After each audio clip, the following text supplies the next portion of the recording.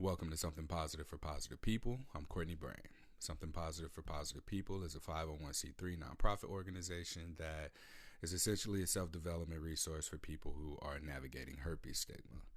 This organization itself began in 2019, but the work began in 2017 after I found out that there were people who were living with herpes that wanted to end their lives because of their diagnosis. What that led me to do was ask questions. I began to ask different people about their experiences, and I asked if there was anyone who was at an okay place with their diagnosis, if they would be comfortable with me interviewing them about their experiences from diagnosis to dating to disclosure to having sex to managing outbreaks, every aspect that you can think of. For myself personally, what I've found to be most useful for me throughout my experience navigating my herpes diagnosis since 2013 was getting into yoga in order to manage my stress, working on my nutrition in order to manage my immune system, and then beginning to get back into exercising. So I had taken a break from it. I played football most of my life at that point in time, from middle school all the way through high school and then through college. And once I was done, I was done. So there was no more exercising for me. And I think that this may have created circumstances for my immune system to lower enough, because I wasn't always active, to where I would have my first herpes outbreak. So after this happened for me, that was when I began to look up ways of managing herpes symptoms. And those were the three things that came up: how you eat, how you move your body, and then how you manage your stress. And yoga is something that I've stuck with over the last going on 10 years, and it's been really useful for me. I had my first outbreak in 2013. I had my second one 2 years later, I believe, when I got fired from a job. And then I had one in 2021 after I had too much sugar. So for me, I was able to just learn my symptoms, and that was that. Like, it's not really an issue. I know that this is like my day-to-day work. I run a nonprofit. I run the podcast. I run all the social media accounts and talk to everybody who messages me. But otherwise, I don't really have to think about it unless I'm telling someone new, or unless somebody reaches out to me and they're wanting some sort of guidance or information about a situation that they may be in where they have to tell someone that they have herpes. And in that case, it's perfectly fine. Like, that's easy for me to do. It doesn't add any stress to me or my life at all. But yeah, at this point, that's just how I navigate it. What I found to be the most useful things to me throughout this entire process, and a number of other people, is self-help, period. It's not about herpes self-help or herpes support groups. It's always a bunch of different things. Oh, thank you for this question. So I'm on Instagram Live for anybody listening at home. Thank you for asking this question. I'll answer it. But it's really been about reading different books, understanding more about human psychology, learning about myself, journaling, and even sleep. So I've been practicing yoga lately. Shout out to Sarasvati Hewitt, who is my yoga mentor person. She's been teaching me about yin yoga and how sleep is so impactful to the immune system. I'm listening to an audiobook now. It's titled Why We Sleep. And I'm learning a lot about how important it is that we get full night's sleep and how that plays a role in our immune functions. And it's just something that people don't even think about unless someone enters their perspective and starts speaking about it. And you can begin to look into it yourself and see how your sleep may be impacting your overall health and your immune system health. So I'm looking forward to being able to incorporate that into the yoga classes that I teach, as well as when I speak to people and they talk about their outbreaks or their stress and the anxiety that you get around disclosure, and being able to help people in that way as well. So I'm going to go ahead and answer some of these questions that are coming in. I didn't expect questions to be coming in. That's tight. I don't know why I never thought to do live podcasts before. But here we have a question that says, hey, have you ever been to a play party since you've been diagnosed? And how did you navigate the situation/disclosure? I have found myself in situations where I've honestly avoided them. Like, I'll be in a situation and I'm looking around, I'm like, oh, I know what's about to happen here. And I'll I'll just like leave, because I wouldn't want to put myself in a position to compromise the integrity of the group, because while somebody at the play party may be comfortable with the fact that I have herpes and playing, there might be some objections. And this is my own thing. I've been working through this for myself with just trying to not reject myself before anybody else gets an opportunity to. And it's hard. It's really tricky. So I haven't participated in a play party since my diagnosis at all, but I've been in settings where a play party would be about to take place, and I recognize how I respond in those situations. I just kind of get up out of there whenever the discomfort comes up for me. And what a play party is if we're talking about adults who are participating in consensual sexual acts, or if like there's an orgy agreed to, or some sort of maybe non-penetrative play or something that's agreed to, but basically looking around a room and you see that something sexual is about to pop off in the entire environment, what I've done is just leave. I've left. However, what I have done is I've gone to like sex clubs, basically. Sex clubs. And typically when you go, I think it's a really good idea to go with people. Like if you are interested in playing, have conversations beforehand and express what's on the table, what's not on the table. And then you can use that as an opportunity to disclose your status if you haven't already. But I think that in those settings, like if I'm the person who's initiating us going, or if I were to facilitate a play party, all of the disclosures and discussions will have already been had prior to us, the time on the clock starting. So like if the event is from 7 to 2 a.m., then at 6 or whatever, or whenever the invite goes out, like it's already known, or when I'm expressing to people that I would like for them to come. So I think that that's probably the best way to go about it, is to attend play parties with your people already. And then that way it's a little bit less anxiety on you to feel like on one hand you got to participate, or that you are scared to participate because of a fear of disclosure. I hope that answers your question. I have here a comment. Also, there's a second part to that question. It says, also, would you go about that any differently if you were asymptomatic versus symptomatic, or had HSV1 versus HSV2?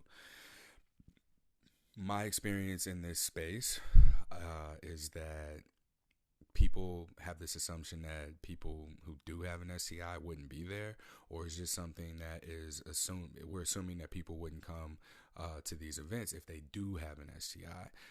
That's something that I've heard pretty commonly, is that, you know, there's just this assumption that if you have something, you won't participate, or you won't even be there at all.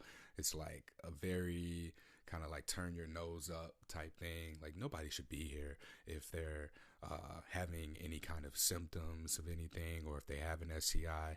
It's like that tends to be, that, my apologies there, I kind of backed out. That tends to be the overall attitude for some people. Now, for others, it's perfectly normal to initiate and have a discussion around your sexual health status, even if it's assumed to be negative. And then I have, thank you for facilitating support in the various ways that you do. Thank you. I appreciate that. All of that ended for me after my diagnosis, and I've encountered people that simply didn't disclose until I came up front. So that too is unfortunately a common thing, where I can't tell you how many people I've disclosed my status to, and then I've kind of side-eyed them afterward and been like, all right, well, when were you going to tell me? Because they'd be like, oh, me too. I'm like, it kind of makes me a little bit uneasy. Now, on one hand, yeah, I'm open about my status. It's my work. I'm very comfortable with talking about my sexual health status. I'm comfortable with talking about herpes when it comes to myself or speaking on behalf of other people. And so I feel like there's a little bit of leeway for me whenever I'm having a sexual health conversation with a potential partner. And like, there's not really who should say something first etiquette in any way, shape, or form. It's just about the flow of the conversation, and it's all about like the right time for the situation. So in my case, like I would love for somebody to tell me first. I remember there was where did I go to? It was like a clothing optional skating rink back in, what month was that? Oh, it was this was in November, and I was there, and I remember this lady. She said to me, she goes, "What would you do if I told you I had herpes?" And I thought to myself, I was like, "Ooh, you have no idea who I am. Awesome, this is gonna be fun." So I said to her straight face, I go, "Don't everybody got that shit?" And then we started just continuing the conversation. So I can't say the name of the place, or maybe I could, but and damn, I'm doing that thing where I get caught up in the comments. I do forget the name of it, but I found the event on FetLife. It was something about titties, something that said titties and skating or something. I don't remember, but yeah, that situation was like a one-off for me, because this was probably the first time someone had disclosed to me first. And if I'm out and about, like whenever the conversation comes for the first time of myself and another person communicating, typically what would happen is that they'd ask, "Well, what do you do?" And "what do you do?" is a very common question to be asked. So I tell people I run this nonprofit that's essentially self-development for people with herpes. So I was out at like a house party, and this came up because me and someone, we were talking about being in therapy. Real good conversation, and it was like there was close contact, and we were just enjoying the conversation. And then when I told her that, she was like, "Oh, so are you telling me you have herpes?" I was like, "Yeah." She was like, "Oh, well, thank you for telling me that." And it was kind of implying that she was ready to hook up or leave together. I don't know, because after that, the whole tone changed. It was just like that was the end of it. So I mean, like, regardless of how confident someone is or how attractive someone may be, it's always going to be the risk of someone just not feeling it too. So yeah, the whole who says what first, who says it first. I don't know how I ended up off on that tangent there, but the skating rink was in St. Louis. That's all I know. It was in St. Louis, Missouri. Someone here says, "I reached out to you when that exact scenario happened to me, and after reflecting on the situation, I realized that he never intended on telling me." That is a tricky one, as anything in regards to herpes is. So when we often find information, we get information that we wish that we just rather have not known, and I think that that's a situation there when you put yourself in a situation where now we have herpes and we feel this ethical compulsion to have to disclose our status, and then we begin to question, well, the people who say, "Oh, I have it too," when were they going to tell us? And it's not like it's our responsibility exclusively to address that or bring it up. It's just it just helps us feel better. I think generally I can speak for the general population that if and when we do share our status with someone, if we choose to do that, then it really allows for us to lean into whatever the experience is going to be with that person. I'll tell you now from personal experience, when I haven't disclosed, like, I couldn't get hard. And it's as simple as that. And the time that I could get hard, it was not a full erection. And I didn't like how I showed up in those encounters. And since then, coming out of that, like, I recognize how important transparency is to me. So to be able to say, "Oh, hey, this is the situation," and I also now need to make sure that the person not just knows that I have herpes, but they understand that there is a possibility that they could get it. Not to say that a person has to be like, "All right, I want to get herpes from you." Not that kind of level of acceptance, but I want for them to understand and be accepting to the possibility that that could happen if we're going to have this experience with one another. So take that information and do what you will with it. I hope that this is something that's helpful. So while we don't have any questions here, I probably should have just waited to the end for those. The main reason that I wanted to have this live is, first off, because I need to record a podcast episode. I just released one, but it didn't have anything to do with herpes. It was more of myself and Anthony, who is on Instagram at I Am Controversy, talking about black male leadership, and then talking as well about like how sex positivity doesn't do anything to create strong, healthy black families. And I'm 34 now, and when you first started following Something Positive for Positive People, if you were around when I was 27, 28 years old, then hopefully you've noticed a level of maturity throughout. There's much more professionalism. There's much more transparency. There's much more confidence as well in how I deliver the messaging here. And it's real interesting to just reflect on that. Like, we're going into a new year, 2023. And 2022, 2021, 2020 have all been really hard years for people. And somehow Something Positive for Positive People was something that remained consistent over those really, really challenging years. And in fact, I'll argue that this organization thrived during this pandemic. At one point, the peak subscribers of the podcast got up to 20,000 people, which is, for me, a lot, considering when I was monitoring it in the beginning. I think there were maybe a total of like up to 300 downloads per week. And that says a lot for this being a podcast that is about herpes and herpes stigma. People don't want to support that. People don't want their names associated with it. People aren't bragging about how good of a podcast episode this was, right? So for Something Positive to be thriving and show those kinds of numbers behind the scenes says that, one, there is a need for this. Two, that people are consuming the content. And then another thing is that this has given me a significant amount of a sense of purpose. You know, I don't know what I'd be doing if I didn't follow or lead with the passion that I have for Something Positive for Positive People. And I mentioned that it began as a suicide prevention resource. And the reason that I have such a strong passion for suicide prevention, I shouldn't call it suicide prevention, but suicide prevention awareness, is because there have been a few people around me, not necessarily directly. There was one person who was like a direct friend of mine who had taken their own life or committed suicide, whatever. There's a lot of controversy around language right now, but right now, like, suicide happened. They killed themselves. If I don't want to be politically correct and just cut through the bullshit of what it is, that's what happened.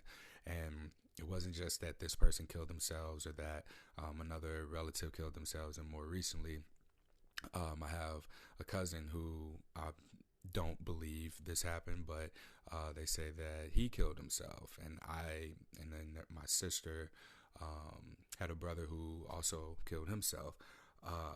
It's a lot of suicide, like, in my peripheral, and I just happen to be aware of it and have experienced enough things to make me go, maybe there's something here with this community of people and suicide ideation. I don't know if any of these people who did kill themselves were struggling with their herpes diagnosis or herpes status, but I know that finding myself in this space and knowing that there are people there, it's like, maybe I can do something for these people. So if anyone is considering it or doing anything to themselves, then hopefully someone's story, one of these social media posts, one of these messages will do something for them to keep them here just a little bit longer. And even when I was younger, I remember relatives around me were talking about or threatening suicide as, you know, maybe they weren't serious, but I can't take the chance on that, on whether or not someone's serious about ending their own life. So having that strong sense of duty, that strong sense of purpose has been what really carried me to this point, to remain as consistent, remain as disciplined. Because I'll be honest, I don't give a fuck about a lot of shit. I don't watch the news on social media. Like, I've been very mindful of my scrolling lately. Like, I get on, say what I got to say, and then I try to get off of there. I might check in on some people, friends, family, and then like some people that have I've engaged with over the years through Something Positive for Positive People. But I'm very oblivious to whatever's going on in the outside world, because I've decided to allow for my focus to be on this. And the more that I've focused on this, the more that it's expanded. Like, the first year of Something Positive for Positive People being a nonprofit, I believe I raised I want to say it was like $11,000, and then that was in 2019. 2020, I think it was $18,000, and then 2021. Actually, I don't know that I counted 2019, but whatever it was, this year, 2022, something positive for positive people's raised $27,000. Now, granted, sometimes when I get opportunities to speak at conferences or teach yoga, I just let that money go to the nonprofit. So I'm not making that money, but the organization gets that money. And the best part about it is it's tax free. So like when somebody writes me a check for $2,000, and when that goes to the nonprofit, it's $2,000. If I were to send that, like pay myself that, it'd be closer to like $1,400.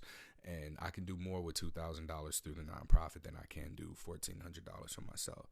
So with that said, like it really speaks to the growth and the maturity of the organization as well as myself alongside it.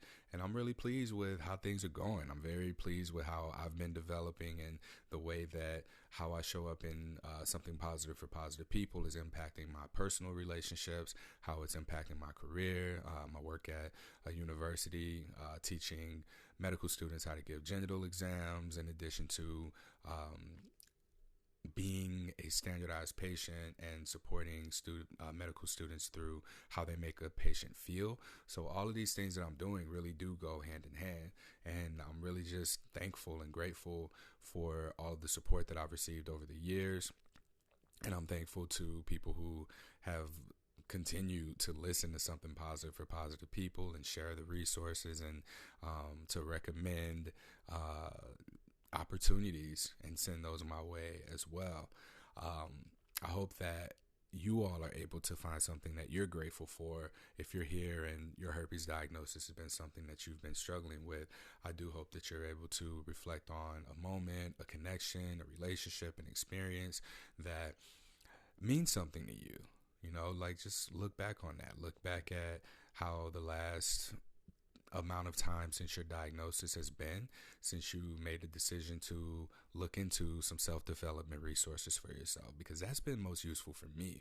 Having a sense of purpose and applying my passion toward this has kept me from being down in the dumps. It's kept me from wanting to run away from everything and just be alone and isolate myself. And in fact, like while going through that, the process of learning how to run a nonprofit, how to run a podcast, how to run social media accounts, how to engage with people, how to maintain a level of professionality along with being personable and still being involved with the community. Like there's a lot here. And I've learned that I'm the kind of person who can handle this. In fact, I was journaling. I looked over because that's where my journal is.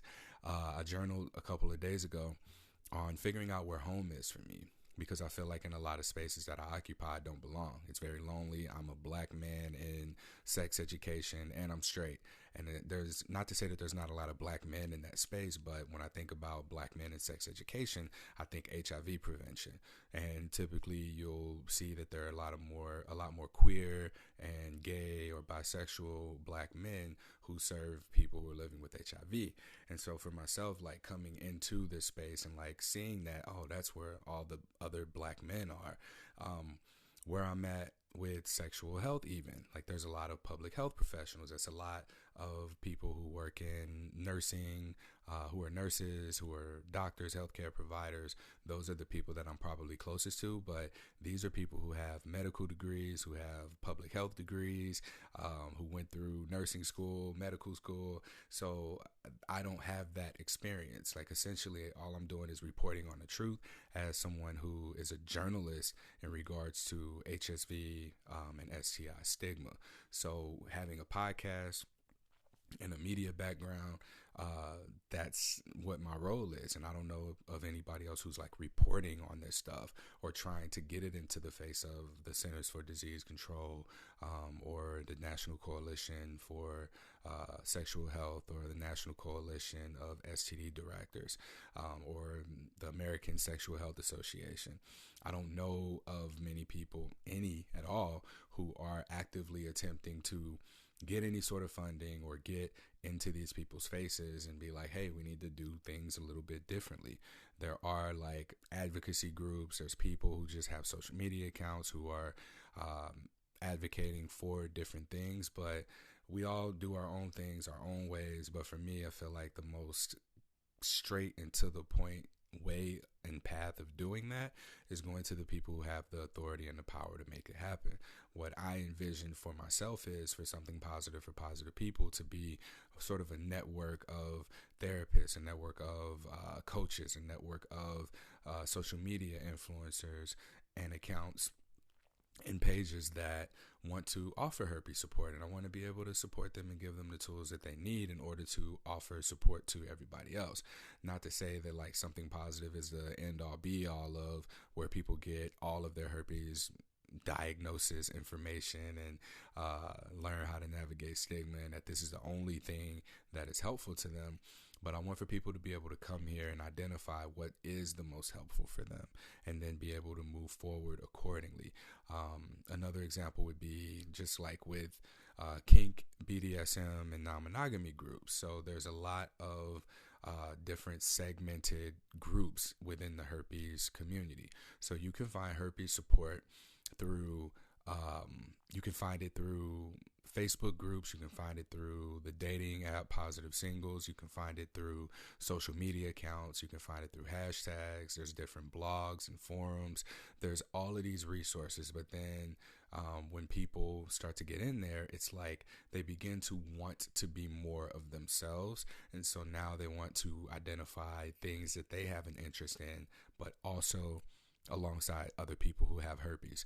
And what I feel like this kind of does is, while you're looking for more of a sense of community in a much more segmented way, it keeps you from putting yourself out there in order to make the more quality, meaningful connections for yourself that don't have anything to do with herpes. There's so much weight that we put onto our herpes diagnosis and then how stigma shows up, and we think that other people can't relate because they don't have herpes themselves, but we really just don't know. There shouldn't be a group for people who have herpes and drive cars, or people with herpes who also have pets, or a group of people with herpes who also are interested in painting, a group of people who have herpes and also are into sewing, right?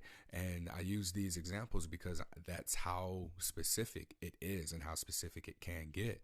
And so what I'm hoping to be able to do is offer people the opportunity to just see what's more important to them, not just their herpes diagnosis, but also their common interests. So like you can use your herpes diagnosis as a way of connecting to yourself and working through this adversity, this hard thing, in order to get to the core of who you are, and then begin to recognize for yourself, oh, this is what's more important to me, or this is what's most important to me, or these are hobbies and interests that I have, and then begin to pursue those things. And you can pursue those things without looking for an intimate connection, or if you are looking for an intimate connection, not letting your feelings about your herpes diagnosis override the more important things about being in that space and just connecting with people, which is being in that space and connecting with people, right?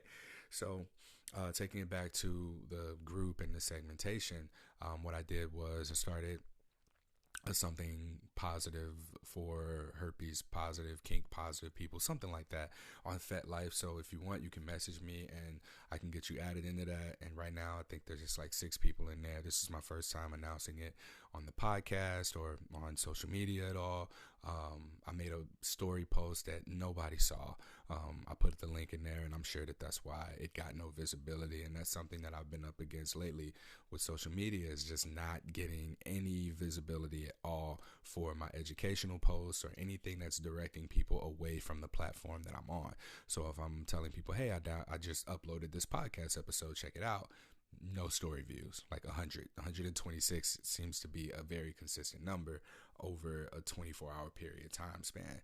So when I post, like I posted some BS that's like some gossipy drama thing on my Instagram story, and I'm sure it's already in the few hundreds of views, unless I have something around that in relation to herpes, but we'll see. I'll check on that and make a comment. But yeah, like I want for people to be able to get everything it is that they want, but I also don't want people to isolate themselves or use the herpes groups as a sort of like a cop-out for not putting themselves out there to make the quality connections that they want. So this group that I created that is on FetLife is more about normalizing like an intermingling of people who do have herpes and don't have herpes, who just have this common interest. All right. So we're people who are aware, people who've been with people who are living with herpes, people who do have herpes, being able to reach out, disclose their status, talk about their sexual health, set relationship intentions, just like we talk about on the Stars Talk, and also be able to just have a good time and feel so safe in that space to be able to do so. There have been a lot of people who've reached out to me, and when I say a lot, I mean at least a dozen, and asked, hey, Courtney, do you have play parties, or why don't you host a play party or host some type of a play event or a sexual event? And the reason that I've not wanted to is because of, like, first off, I think I'd probably be the only dude there. It'd be me and like a couple of my friends that I told about it who'd be like, oh yeah, I'll check that out. But also like the power dynamics, like I'm a leader in this space, and it's very difficult to draw that line between what's business, like, because this is a nonprofit. Like, my personal life is my personal life, my professional life is my professional life, but it's such a gray area because this is also how I meet people. Like, I meet people through something positive for positive people. I meet people through my podcast and the social media accounts, and sometimes those connections, there's a mutual attraction there, and then it can go to wherever it is that it's going to go. And so for me to facilitate groups, events, and things like that, I have this concern about how, with the power dynamics, like maybe someone wouldn't feel comfortable saying no to me, or feel like there's like there's just like an attraction thing. You know how you kind of get sex brain, or how you get starstruck, for instance. If you're starstruck and you meet your celebrity crush, for instance, like when you get there, like you're going to give them whatever it is that they want. You're not going to say no. So it makes me it's made me very hesitant with that in the past. But now I feel very firm in my boundaries and being able to communicate, like, this is who I am, this is where I'm at, this is what I do. In this space, here's what you get. In this space, here's what you get. And I've demonstrated a long enough track record for people to have an idea of my character in the event that some BS happens. And I don't know, like, I don't know what to expect, but I know that living in the world that we live in now, I think that it's very reasonable to be a little bit cautious about mixing business with pleasure, or mixing my professional and personal life to one another. But it's more of a need. And like I said, I feel lonely. I'm alone in this space as a straight black man who is in the sex education field. And it's been pointed out to me that there's a number of things like emotional intelligence that are lacking, or like how I communicate being something that is, I guess, rare to women. I get a lot of complaints, screenshots from different interactions that women have with men, and I see what the struggles are. And so what I want to do is be able to create that kind of space where people don't have to worry about those specific struggles. And so with this particular community, like, I'm making an attempt to somewhat vet people. I don't know what this is going to look like over time, but I know that it's something that I want. I know that it's something that others have asked for and that others have wanted. So if you want to be involved with that, if you want to be in that community, feel free to just shoot me a message, and then I'll go ahead and add you to that group. What else has come up? So I think I mentioned that I'm working on a book, and I'm just stuck with telling my own story and my own personal experience. I've got just about all of the chapters done to it, and it's going to be an audio book. I don't know anything about publishing books, but I'm paying people to help me with the editing process and organizing it in a way to where it tells a story. People won't have to listen through 300 whatever podcast episodes in order to get what they came for. So I am hoping that by condensing the lessons of something positive for positive people podcast episodes into an audiobook that's just a couple of hours long, or 4, 5, 6 hours long, that people will be able to just pay, get what they need, and then go on about their life. Because again, like, the most useful things to me have been this self-help stuff. self-help is, as much as it's like talked down about, or people like say, oh, that's woo woo or whatever, it's been helpful to me. It's helped me with my confidence. It's helped me from the way that I dress, the way that I talk, the way that I speak to people, the way that I non-verbally communicate, the way that I now value myself, the way that I set and uphold and honor boundaries. These are all things that I've gotten from self-help that, when applied to my herpes diagnosis, have really, really helped me out, not just in my dating life, but also in my professional life, and then in my personal life as well with myself. Like, these lessons that I've learned have allowed for me to be as consistent as I have and disciplined as I have with something positive for positive people. Because I tell you, like, if it wasn't for these things, I'd have fucked this up a long time ago. I'd ended up being involved with the wrong girl. I'd have probably gotten into a relationship and just been like, you know what? Oh, I don't need this something positive for positive people, baby. I'm going to go get a real job. I'm going to take care of us. I'm going to get us a house. We're going to start having kids, all that. And I can see that. I can see that for myself when I was younger.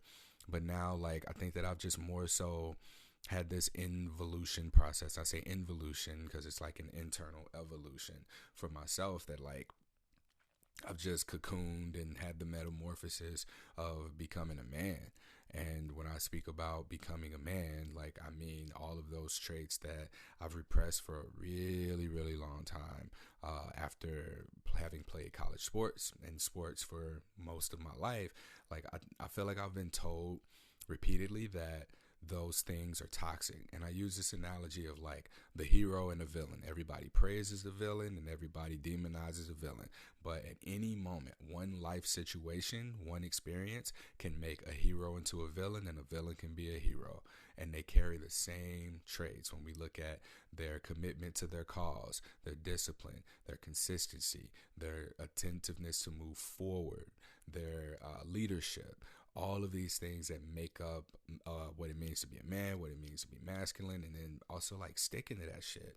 A lot of these things about myself have been completely just repressed, and it's been after living where I live now. And shout out to my roommate / landlord, because every day, like, I'm upstairs where I'm at. This is my bedroom. I'm in the attic of a house. When I go downstairs and I got to go to the bathroom, I got to walk past his office. And when I walk past his office, I see that man working like all day, like from probably like 7 a.m. to whenever it's time to go to bed, like 12 hours with whatever breaks in between. And when I see that, like, I'm motivated by that. And to hear that, oh, it's toxic, you should take breaks from work. Like, I've learned that I'm the happiest when I'm working. Going back to what I was trying to say earlier about the journal entry, is that I've been really debating on where I belong. And I haven't belonged in the herpes support groups because people in the herpes support groups typically don't want other people to know about their status. And I caught myself a few times in situations where groups were like intermingled, and someone was like, oh, what's going on here? And I've had to like bite my tongue or like lie about what I was doing there and who I was with and why we were there. And that just didn't align with me anymore. So that was one of the reasons that I backed out of and pulled out of the herpes support groups and the different social groups. But like, I'm still connected to them, and like I support them, but I don't like my level of influence on I don't like how easy it is for me. Like, if I show up, let's say somebody does recognize me, I don't know, I don't feel like I'm that big of a celebrity, but it's not okay for me to hide myself anymore. And that's kind of what I felt like. I felt like a lot of the time that I spent in the herpes groups was just me hiding for the most part. And now that I've come into recognizing what I'm capable of, who I am, who I'm capable of being outside of hiding myself, I can't go back. I can't go back to that. What? But that even has been lonely. Being on social media, it's social media. It's not in-person connections. I have friends who are getting in relationships and who are beginning to prioritize that for themselves, who are prioritizing their families, their significant others, and that's great. And here I am, like, as unavailable as can possibly be. Like, I didn't ever want to really accept the fact that I'm not as available for a relationship as I thought I was. This what I do does take up a lot of my focus, my energy, my time, and this isn't my baby anymore. Like, this is my primary partner. This is my significant other until we need to part ways or until further notice. But I've given a lot to something positive for positive people, to the point where I think that it's really hard for me to connect with other people or for people to connect with me because of how committed and passionate I am about this. And it keeps me from being involved in sports or being involved in hot topics and being able to maintain or hold a conversation about something that I don't really care about, because this gets so much of my care. So I've been really asking myself and wondering, where is home? You know, where am I going to settle in? Where am I going to make my home? Where am I going to start my family? And for a while I was thinking, I was like, well, you know, I do like being able to travel. Maybe like traveling around is where I belong. Maybe moving around and being in different places that allow for me to continue to move forward with something positive for positive people is where I belong. But after journaling, like, I recognize that me being happiest when I'm working, I think that my place that's home, it's not that home is where the heart is, it's home is where the work is. Home is where the work needs to be done for you as the only person who's capable of doing what it is that you do. And as far as I know, I believe I'm probably the most consistent person who's been in this whole herpes sex education space. I don't know anybody else who's consistently been doing it. Maybe people have come and gone, taking breaks. The only break that I took was the time where I had so many podcast recordings scheduled to release that there was just nothing to do for a few months. And even then, I think that I've continued to be working through the nonprofit and getting people who have been looking for the resources throughout that, the resources that they need. So I'm very proud of that. This is the longest I've done anything aside from playing sports. These are the only two things that I've committed to for this long, and I'm really excited about and proud of that. And one of the things that I've wanted to do, I've wanted to take this to the next level, whatever that means. I watch a lot of YouTube shorts. I watch a lot of people's Instagram reels and their TikToks, and the production quality, y'all, is through the roof. Like, it is amazing video quality. I ain't got that shit. Like, I was going to turn the spare bedroom up here into a podcast recording studio to where I can bring in people and we can have like a panel of 4 people doing a podcast interview, because that's what more podcasters are doing. That's what the algorithm is asking for and approving of and moving forward with. And I realized, like, ain't no 4 people on a weekly basis gonna come into my house and talk about herpes. And I've wanted to get these cameras and invest in making it to where you got this shot of me, this shot of me, that shot of me, and it zooms in and out, and you get the words across the screen, the captions. And that's a lot of work on one hand, and it's not a job for one person. One person cannot do all of that in the way that the algorithm is asking for it to happen. So I was struggling with this. I was struggling with the fact that I wanted to improve production quality, that I wanted to improve something positive for positive people overall, especially as a podcast, and be able to get more visibility out there, and for me to be able to welcome in more people and get the listens up. But one of my friends, he told me, man, he was just like, hey, you know, you need to realize that you've been consistent regardless of the production quality, regardless of what it looks like. Like, I've been consistent, and that's something to keep in mind. Like, I feel like 2020 really fucked the podcast game up, because a lot of celebrities and people who have money, who are just bored at home, housewives, people with big ass houses, whoever was just like working for someone and decided to just do whatever on their own and start a podcast. These people fucked the game up for me, y'all. I recorded podcasts on my phone, holding it up to my face in my closet.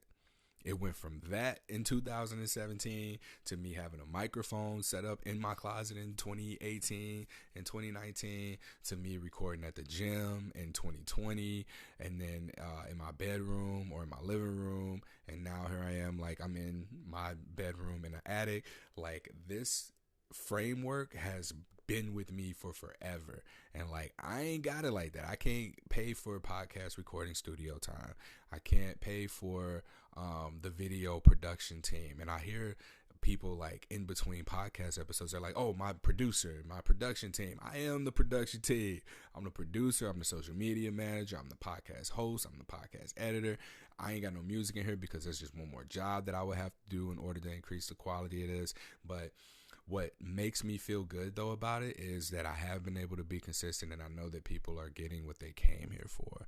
I know that people are able to come in, get the content, and it's helpful to them because I get the messages. I may not see it in the downloads. I may not see it in the social media shares, but what I do see is that there are people who come, they express gratitude for people who are sharing their stories, for me for putting this whole thing together, and that's enough for me. Like, I'm good with that, but I just don't want people to think like I'm being cheap or I'm being sloppy with the production quality. Like, this is a step up for me because I'm giving myself more work to do now that I have this video, and I can chop that up and put it into YouTube shorts and maybe put it into some TikToks or put it onto the social media feed. But I know that I have to be active. I got to be in all these places, and I want for something positive for positive people to continue to develop, grow, and just thrive overall. So that's what I'm hoping to accomplish with this, with doing this live right now and this live podcast recording, and being able to bring about engagement for people to be able to ask questions or add their input.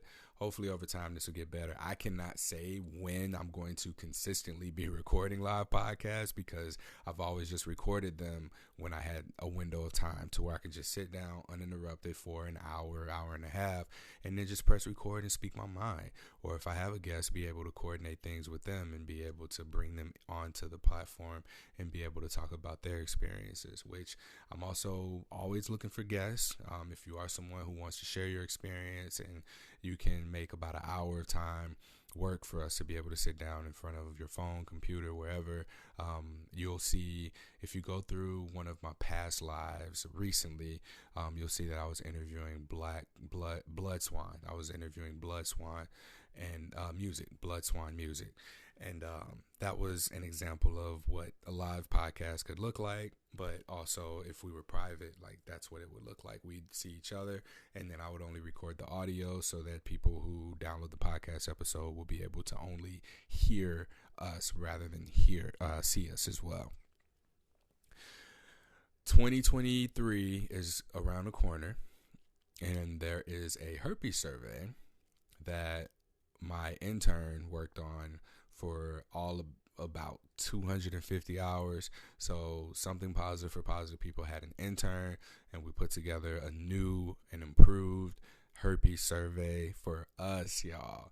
And that will be ready to be released in January.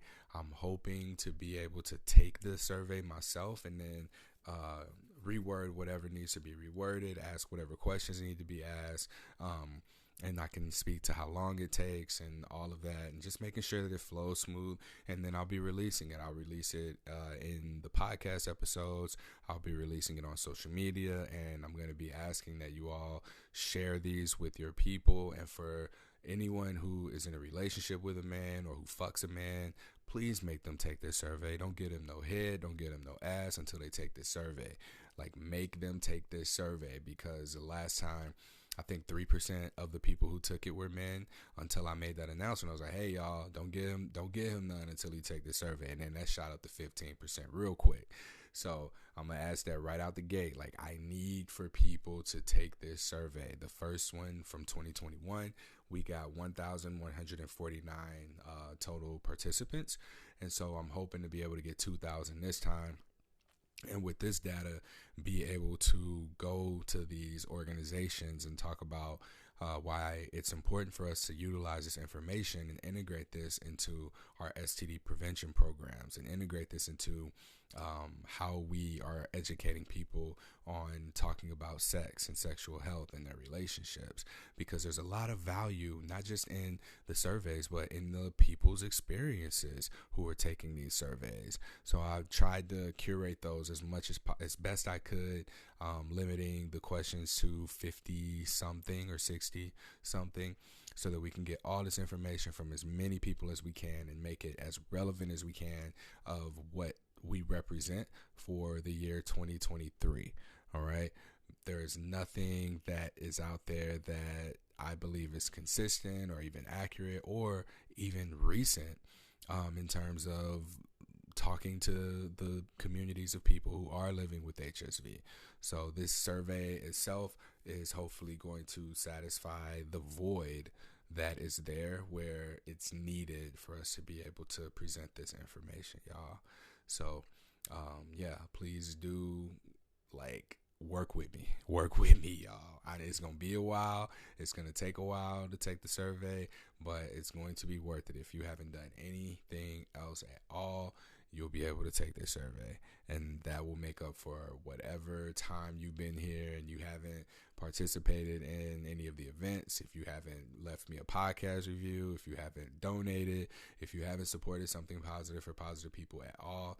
This is the way that you can do that. It'll be through taking this survey, y'all.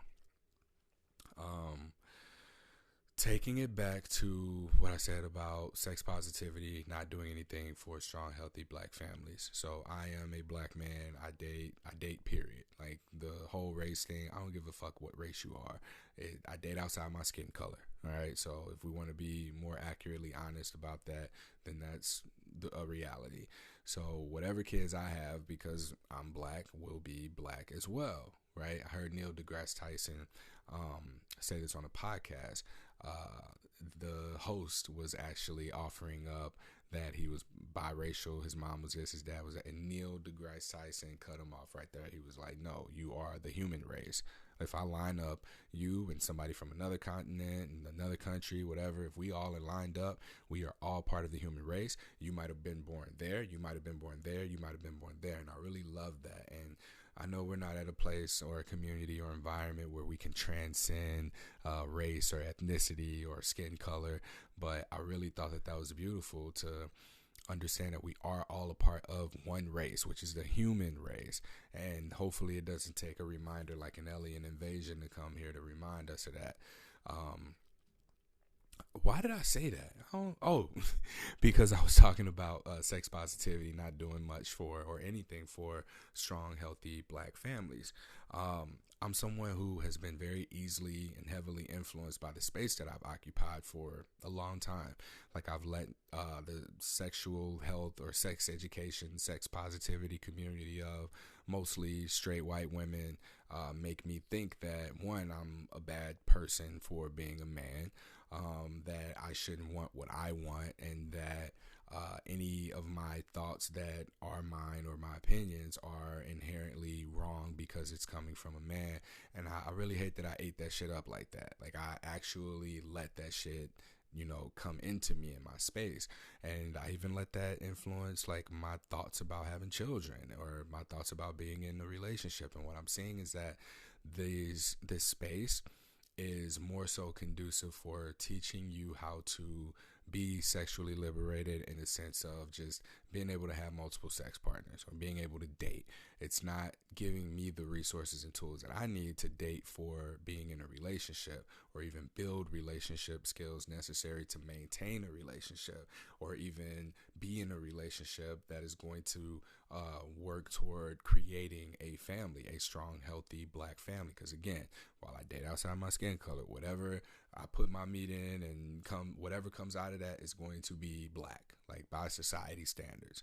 So I'm not equipped for that. And looking at what goes into creating a strong, healthy family, period, you have to look at your economical situations, finances, your geographical location, what kind of schools you're going to be putting your kids into. You got to look at what the neighborhood crime rates are. Is there a grocery store nearby? Making sure you're not in a food desert. And I went to a sex education conference this past week, and one of the things that came up was not Planned Parenthood, family planning, and how family planning actually doesn't have anything to do with planning for having a family. It's more about abortion and pregnancy prevention. And so speaking to that and looking at, what that represents and like my role in that as well, like I remember people were telling me to say something when Roe vs. Wade got overturned. And not a lot of people know this, but if you follow me pretty closely, then you'll know that I unfortunately know the backstory of when my mother was pregnant with me and how her parents wanted her to get an abortion with me. So I ask people, I'm like, hey, like, I haven't said anything. I haven't just been like, you don't want to talk to me about this. Like, it's one of those things that I'd rather just avoid, because I know how it can come off, how it will come off, and what it'll sound like when I have to say, like, yo, I wasn't aborted. And I can see motherfuckers putting that on a t-shirt now. And like, Courtney Brame said he's against abortion. No, that's not the case. I just know that I know what my situation was, and I know that I have a completely differing opinion than what people would expect for someone who's in this space to have. And I'm working on that. It's something that I'm working on, is being more expressive in my own opinions. But yeah, like I have for so long been just kind of going along blindly with what's been on my news feed. Like, I think that the algorithm is the new God, essentially. This is what we praise. What we give to the algorithm is what it gives back to us. It tells us how to think. It tells us what kind of content to create, what music to put in the background. It tells us how to be creative, in the sense to where it's not even really creativity anymore. And so if my shit gonna continue to look plain and basic, and if my opinions are gonna be, shitted on or disagreed with, then it is what it is. At this point, I think that I've demonstrated for long enough, like, where I stand with things and the kind of person I am. And more importantly, like, I want people to see me for my character. I don't want people to see me for the words that just come out of my mouth, but look at my actions, look at my behaviors, not my thoughts, because I have the capacity of thinking anything. So I hope that the previous podcast episode, which was 2 hours, was one that demonstrated, a little bit of what's been going on inside my head and these conflicts, because it took for me to take a break from social media for me to really connect with what was mine, what my thoughts are, what my beliefs are, how I want to behave. And in doing that, I just realized there is a lot of stuff that is just not relevant for me right now, or relevant to me. Like, yeah, I know how to date. I know where the clit is. I know what questions to ask and what consent is. I know these things, but while these are things that give me the practice for beginning to create a physical family, it's not things that give me the practice for maintaining a strong, healthy foundation for a relationship that is going to lead to the outcome that I ultimately want, which is to be able to have a family, whatever that may look like for me. So this may be another one of those things where I got to create that for myself. And I know that, like, you can do more than one thing, and I'm the kind of person that I want everything. I feel like I deserve it. Like, I bust my ass, I've sacrificed, and I've gone into the extremes of only one aspect of life and trying to do things one particular way that I was shown how to do, or do things how others have done them, and it doesn't fit for me. Like, I had this witchy lady one night, like, tell me, she was like, you have a very hard road ahead of you. In fact, it's not even a road. Like, it's something that you're just going to have to make for yourself. And she told me, she said, I share the load with you. And then she walked off. It was the biggest mind fuck I've ever experienced in my life, but it stuck with me. And I think that that was something that was really affirming to me from the universe, and being like a little more about the pre-Courtney conception story, or birth story, is that my grandmother, like, I kind of felt like the spirit of my grandmother reaching out to me through this lady. And part of it is just like speaking my truth and being able to be combative or disagreeable with things that don't align with me, and speaking up about that shit when it happens. So I feel very validated and affirmed in that, and that's how I'm going to be moving forward. And therefore, like, when I'm concluding podcast episodes, I cannot allow myself to say, till next time, stay sex positive. There has to be something different. Now, we can say pleasure positive, but then that's not what I'm encompassing when I say stay pleasure positive. It's not really about that for something positive for positive people. So I'll be looking for a new way to close these things out. If you are on the live, stick around. You can ask whatever questions, but I'm about to run out of time here on the audio recording, and I'm going to wrap this thing up. I cannot believe it's already been 59 minutes and 40 seconds. That's crazy. But thank you for listening. I hope that you'll continue to listen. You'll have much more solo episodes very similar to this, and I'll be sharing a lot more of my own personal experiences while still looking for guests. Look out for the survey. And yeah, I'll talk to you all next time. Visit www.spfpp.org for more.